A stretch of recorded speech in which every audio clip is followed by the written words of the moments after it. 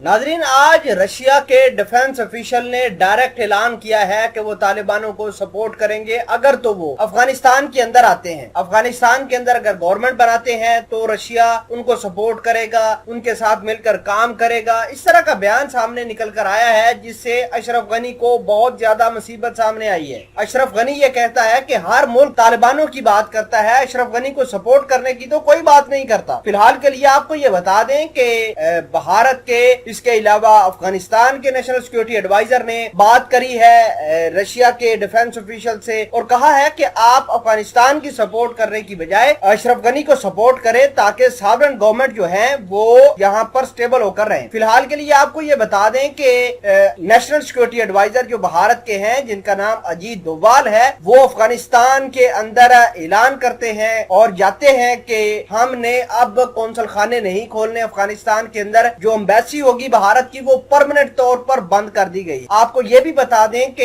150 से ज्यादा इलाके, जी हाँ 150 से ज्यादा इलाके वो तालिबानों के हाथ लग गए हैं और तालिबान ये क्लेम करते हैं कि 85% इलाके हमारे पास हैं, हम जब चाहें अशरफ गनी को उड़ा सकते हैं। दूसरी जानब एक बहुत बड़ी डेवलपमेंट निकल कर सामने आई है कि तुर्की बजिद खड़ा है। तुर्की ने ये कहा है कि हम अपनी फौज यहाँ से लेकर नहीं जाएंगे और तालिबान उनको बिल्कुल वार्न कर रहे हैं कि तुर्की यहाँ से निकल जाए, अगर नहीं निकलेगा तो इसका हाल बहुत बुरा कर देंगे। तमाम तर चीजें आज की इस वीडियो में बड़ी डिटेल के साथ आपके साथ शेयर करेंगे। छोटी सी गुजारिश है कि हक और सच सबसे पहले जानने के लिए आप हमारा यूट्यूब चैनल हसनात टीवी को सब्सक्राइब कर लें, घंटी के निशान को दबा लें ताकि लेटेस्ट न्यूज आप तक बर वक्त पहुँचती रहे। दोस्तों, सबसे बड़ी डेवलपमेंट सामने निकल कर आई है कि पहले अशरफ गनी पाकिस्तान के ऊपर इल्जाम लगाता था कि पाकिस्तान जो है वो तालिबानों को सपोर्ट कर रहा है, पाकिस्तान जो है वो तालिबानों के साथ मिलकर अशरफ गनी की गवर्नमेंट गिरा रहा है। आज तो रशिया के डिफेंस ऑफिशियल ने ऐलान किया है कि अगर तालिबान सत्ता के अंदर आते हैं, गवर्नमेंट के अंदर आते हैं या फिर इक्तदार के अंदर आते हैं तो हम तालिबानों के साथ मिलकर काम करेंगे। आपको ये जानना बहुत जरूरी है कि दुनिया की दो बड़े ताकत चाइना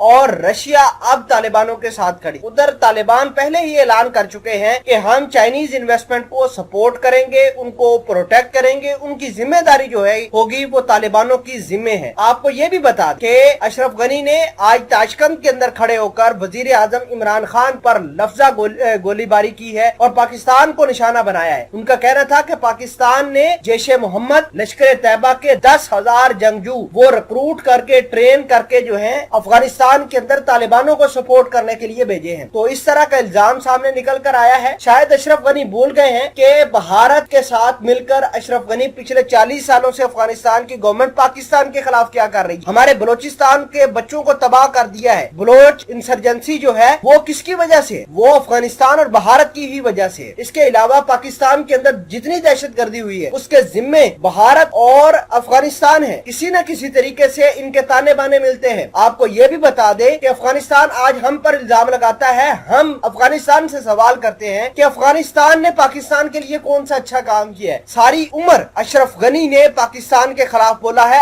आज अलल ऐलान ताशकंद के अंदर जहां हमारे वजीर आजम इमरान खान बैठे हुए हैं, वहां जाकर ये ऐलान करते हैं कि पाकिस्तान को हम जो है देख लेंगे, पाकिस्तान के साथ जो है हमारे कोई ताल्लुकात नहीं है। ये अलहदा बात है कि पाकिस्तान के अपने इंटरेस्ट है। सिर्फ इंटरेस्ट पाकिस्तान का अफगानिस्तान के अंदर एक है कि अफगानिस्तान के अंदर अमन आ जाए, चाहे वो रशिया की मदद से आए, चाहे वो पाकिस्तान की मदद से आए। अल्टीमेटली फायदा सबका होगा। अगर इसी तरह मामला चलते रहे तो ये जो है दहशतगर्दी ये स्पिल ओवर करेगी पाकिस्तान, ईरान, अफगानिस्तान और भारत के बॉर्डर तक और चाइना के अंदर भी जाएगी।